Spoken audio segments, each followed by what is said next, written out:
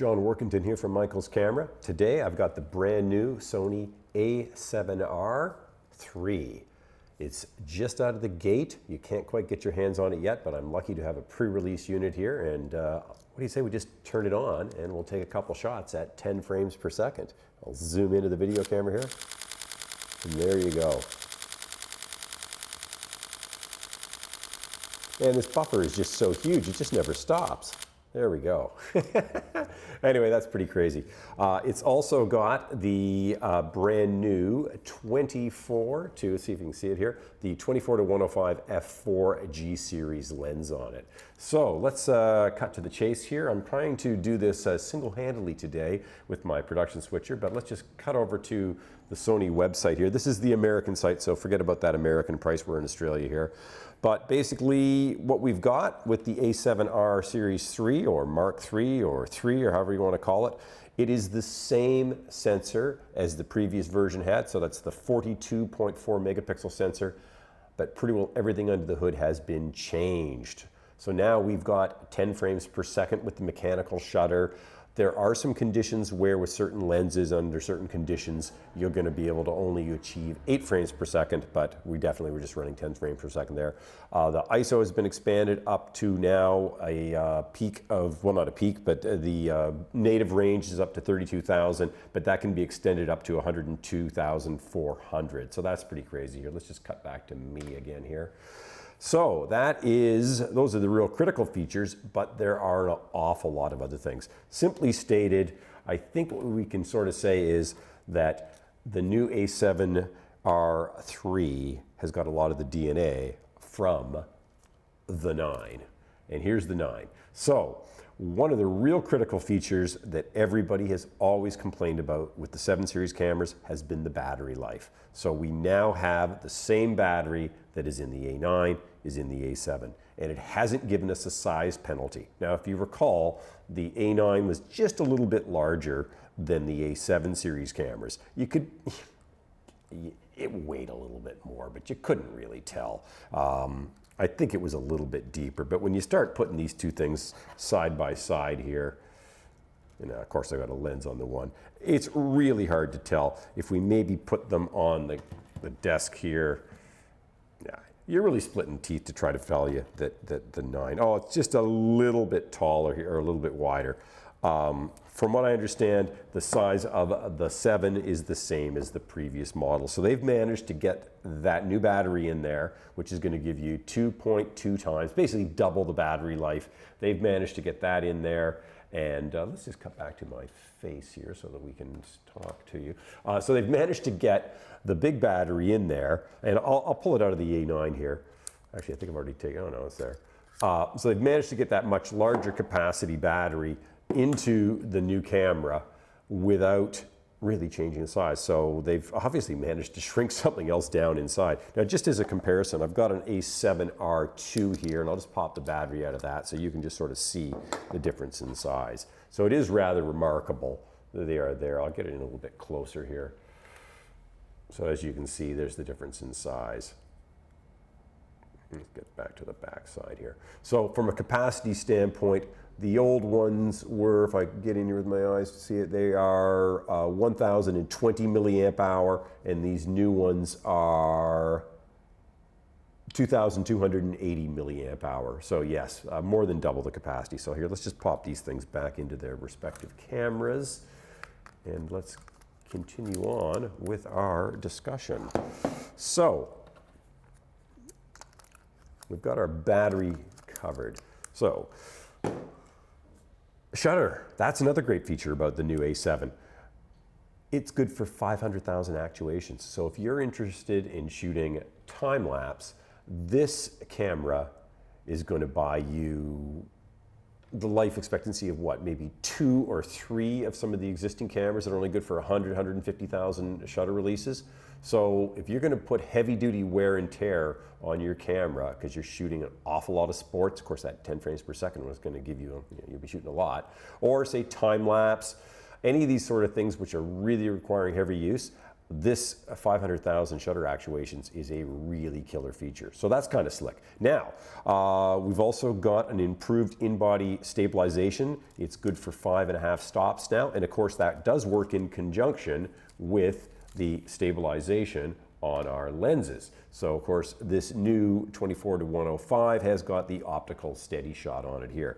So basically, you've got the 5 axes in the body, and you've got what the lens can do. And so the CPU in the camera is going to basically do what it needs to do to get you the best and most stable shots that you can achieve. So that's really handy. The other interesting feature about the steady shot is that because we've now got in-camera ability, well, we've had this for a while in it, but now this one's got a new feature, so it's called pixel shift multi-shooting. So what they're doing is ever so slightly shifting the sensor around and taking multiple shots, which you can then composite together to get a sort of a super resolution picture in post-production. So this is the first time we've seen this feature in the Sony cameras, and it's been popular in some of the really high-end medium format systems.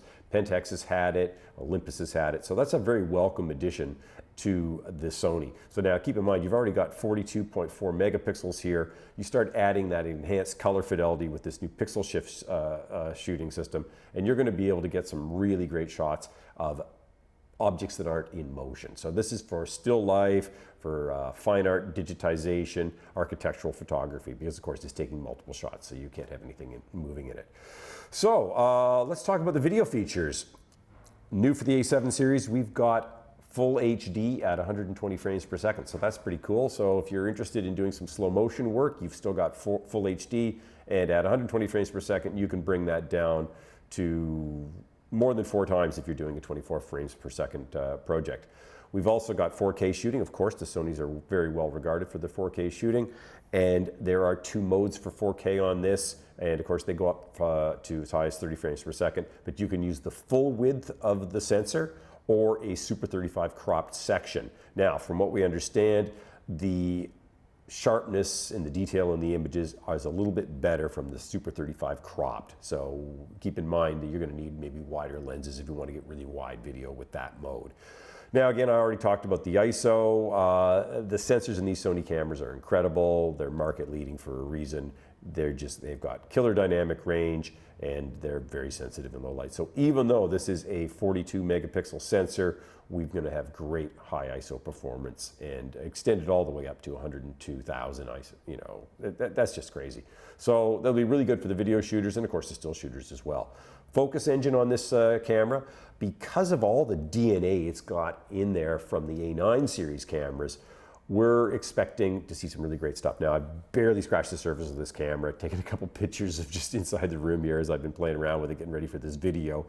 But what they're telling us is that basically everything in the focus engine has been improved because they've just done so much work with that A9 series that a lot of that stuff is just coming down into the A7 series now. Now keep in mind, this is not using the stacked sensor technology from the A9, but they've managed to bump everything up. So it just goes to show you those engineers at Sony know what they're doing. So what they're telling us is we've got 399 phase detection points and 425 contrast detection points. Overall focus speed maybe twice as fast as it used to be. They're saying that the eye focusing mode is greatly enhanced as well. So that's pretty slick. And of course, it's great to have, you know, these artificial intelligence agents in these cameras that are able to find faces and find eyes, and then of course track them continuously. So that's quite good. Oh, another new feature for the A7 series. Again, this is a bit of a trickle down from the A9. We now have dual SD card slots. So let's go and show you. We'll open up the slots. So it's a little bit different than it was before. It used to be that little battery bay at the bottom there, but we're bringing it in closer. We've got a top and bottom slot here for SD cards. The bottom slot is the U2 style, so the high-speed one with the second row of pins. One thing worth noting is the cards go in contacts facing you, so the label is facing away from you. So you just have to remember to do that because you don't want to jam it in the wrong way. So dual cards, great, all your usual features that you're going to expect with dual cards, so that you know you can have JPEG on one, RAW on the other, automatic flow over, or automatic backups. Professionals love dual cards. And of course, this is a truly professional camera, so it's got all the features that you're going to need. And of course, if you're shooting video, those files are going to be huge. It's great to be able to have two cards with you on the go. For stills, if you're going to be shooting at that 10 frames per second doing some sports, you'll be filling the cards up pretty fast as well. Lastly, let's take a look at some of the other ports here. So we have, I'm going to flip on over to camera 3 here, and I'll show you over here on this side. So there are three little doors over here on the left-hand side of the camera. So this one here, we've got our standard flash sync port and our microphone jack. So that's ready to roll there. Little covers sort of pull down.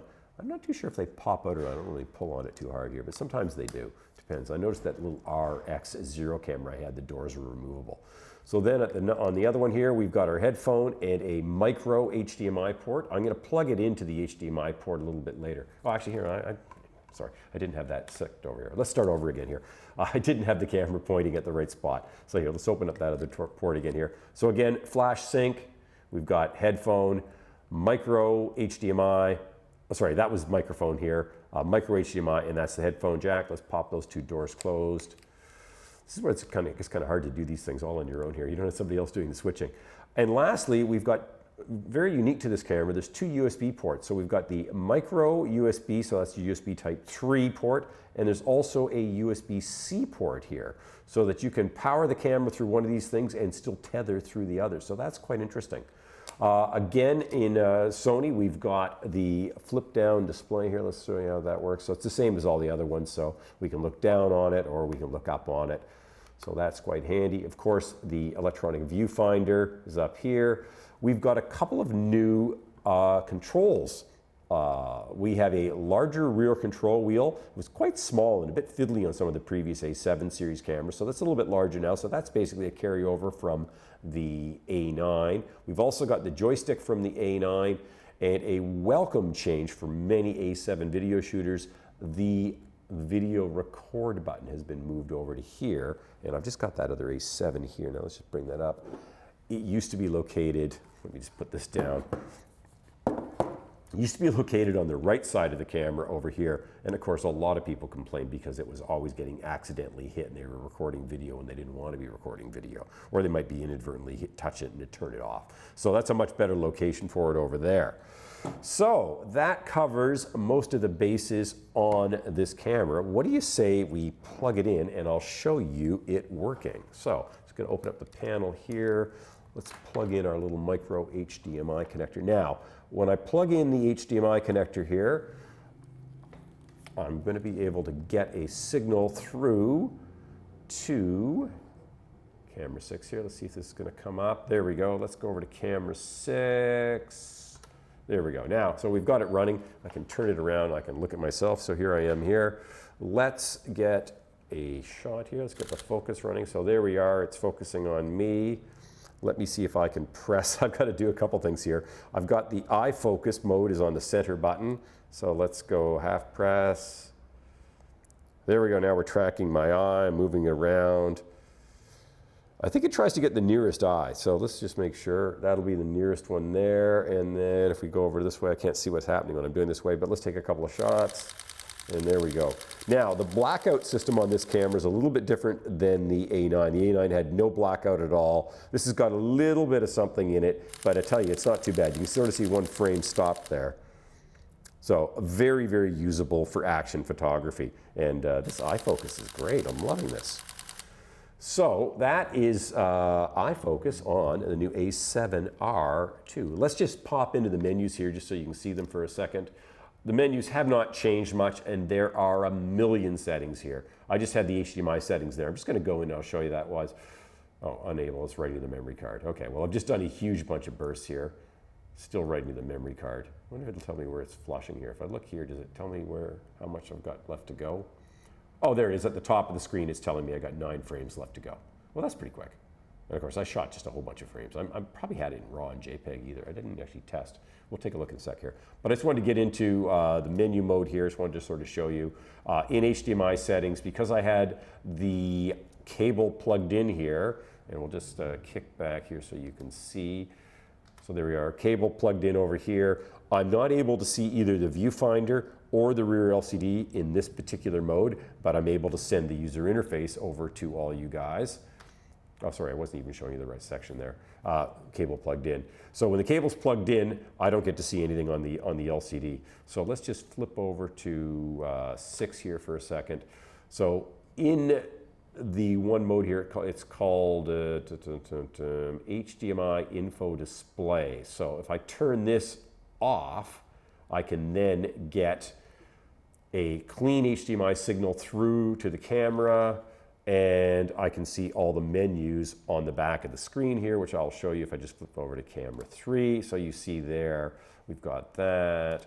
And again, clean HDMI coming through here. So we don't see any of those little overlays. So that's your options. Unfortunately, if you want to see the overlays through your video signal, you cannot use the rear LCD, but nobody would do that anyway. And normally you're going to want clean HDMI so you can record it elsewhere, and you want to see all your operational controls on the back of the camera, which is what you're seeing right here.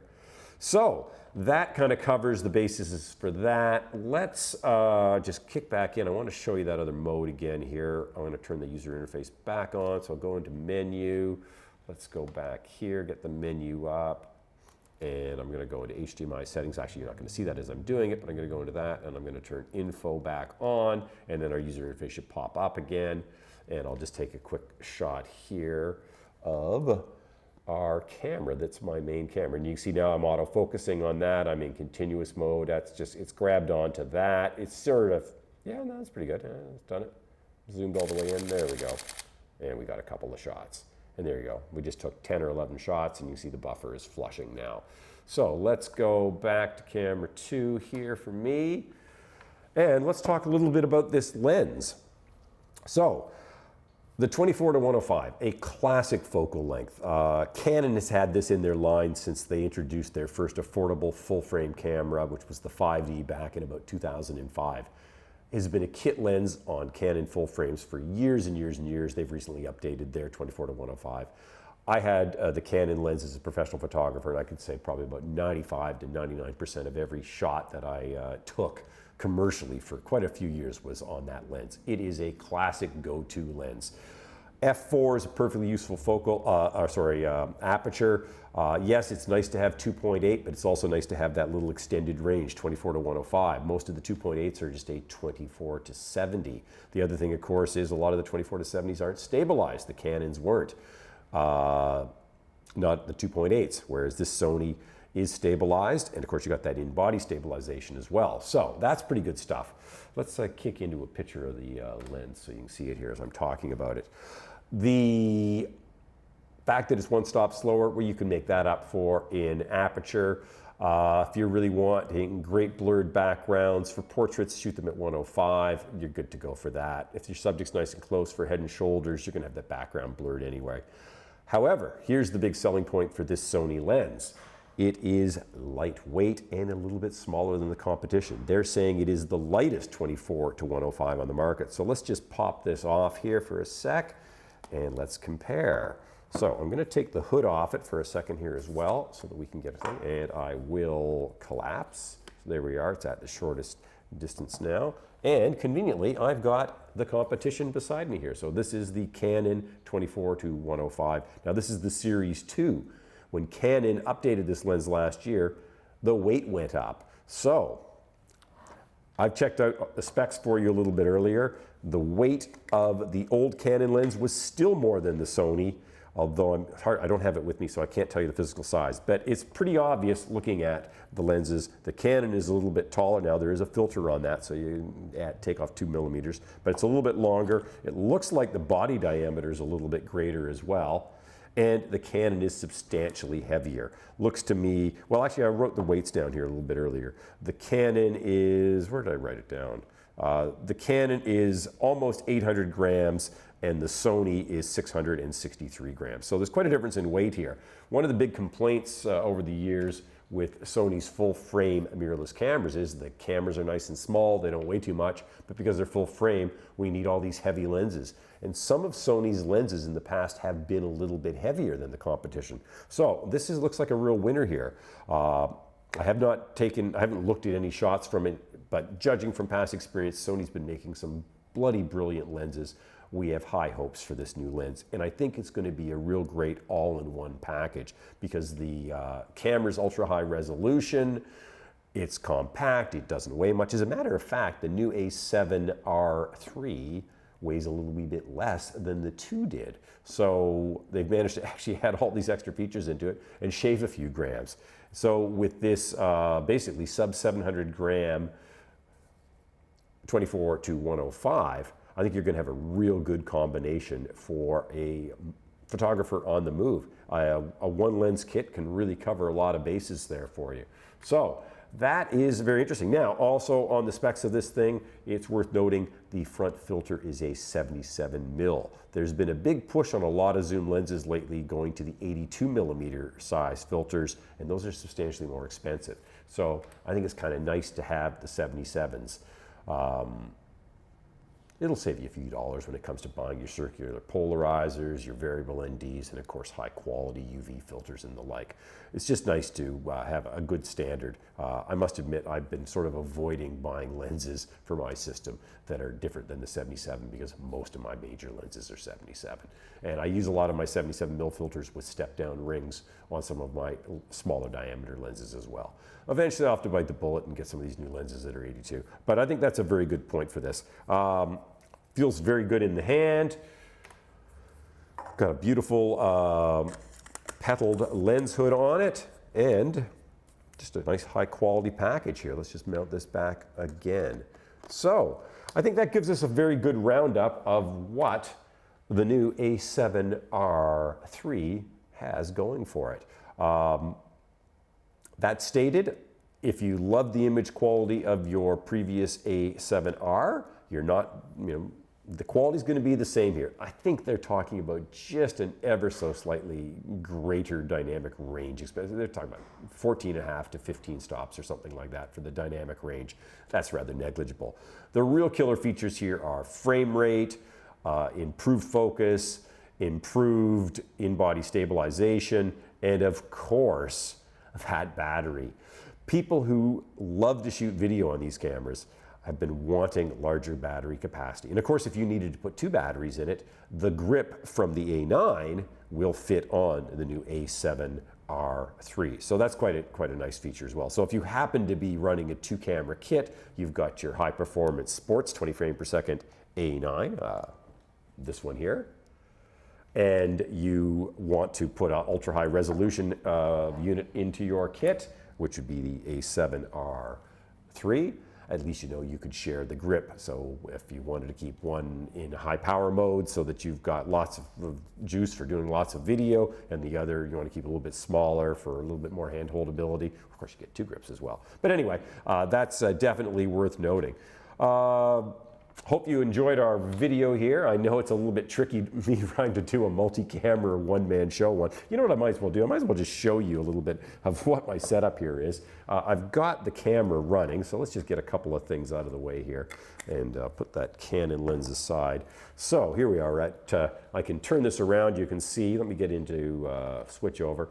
So there I am. I'm gonna have to press the focus button so I get myself in focus here. So let's focus up, there we go. Very quick it focuses, really nice. So you can see it's just grabbing there. Let's focus on my chest here, see if we'll get that logo.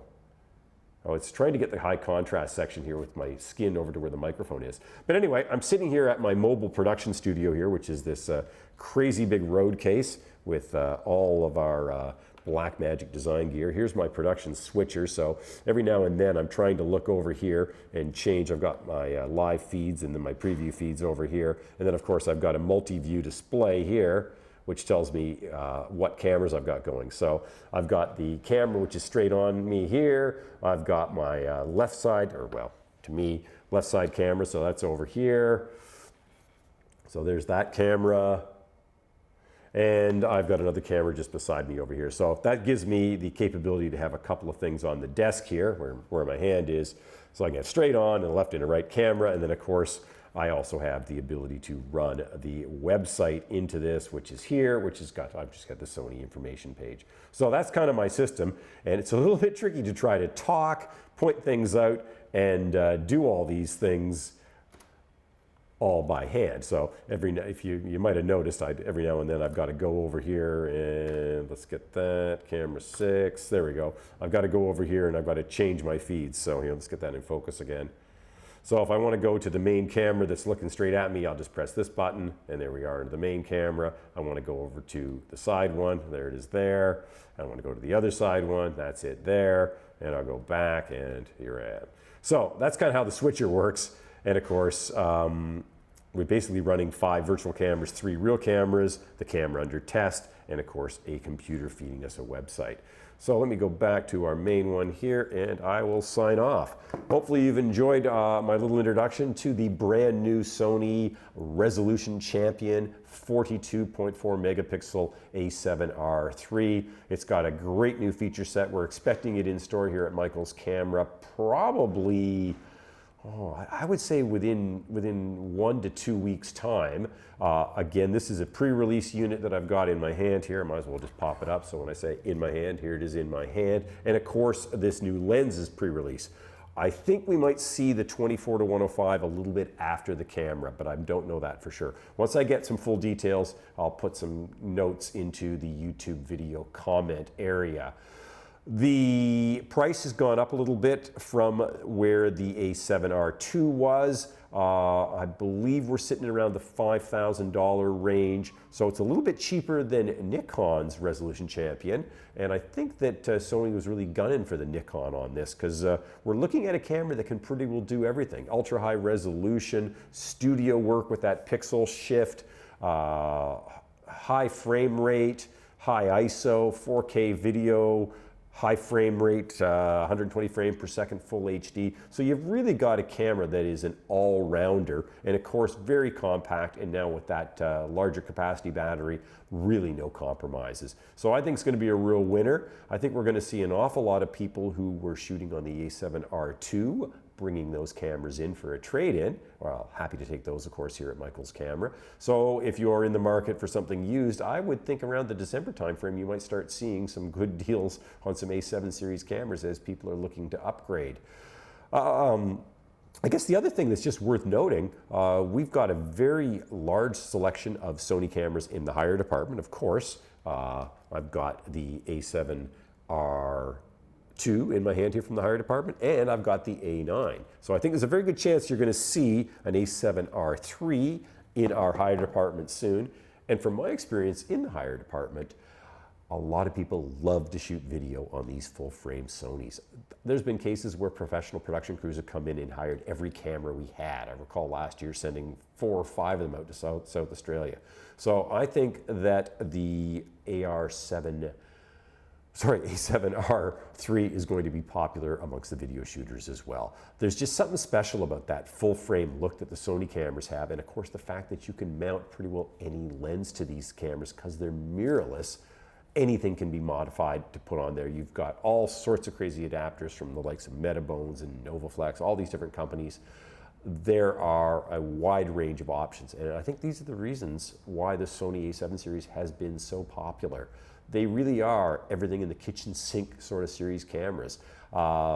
Very complex menu system. Once you get one of these things, you're going to want to dive in and read the manual. They've got a million functions, but that means they can do pretty well everything. Anyway, take care. Hope you enjoyed our somewhat long and drawn out discussion of the brand new Sony a7R III. Catch you later. Hit subscribe. Give us those thumbs up on the YouTube video. Give us some feedback. Let us know what you like, what you want us to do, and we hope to see you soon. Take care.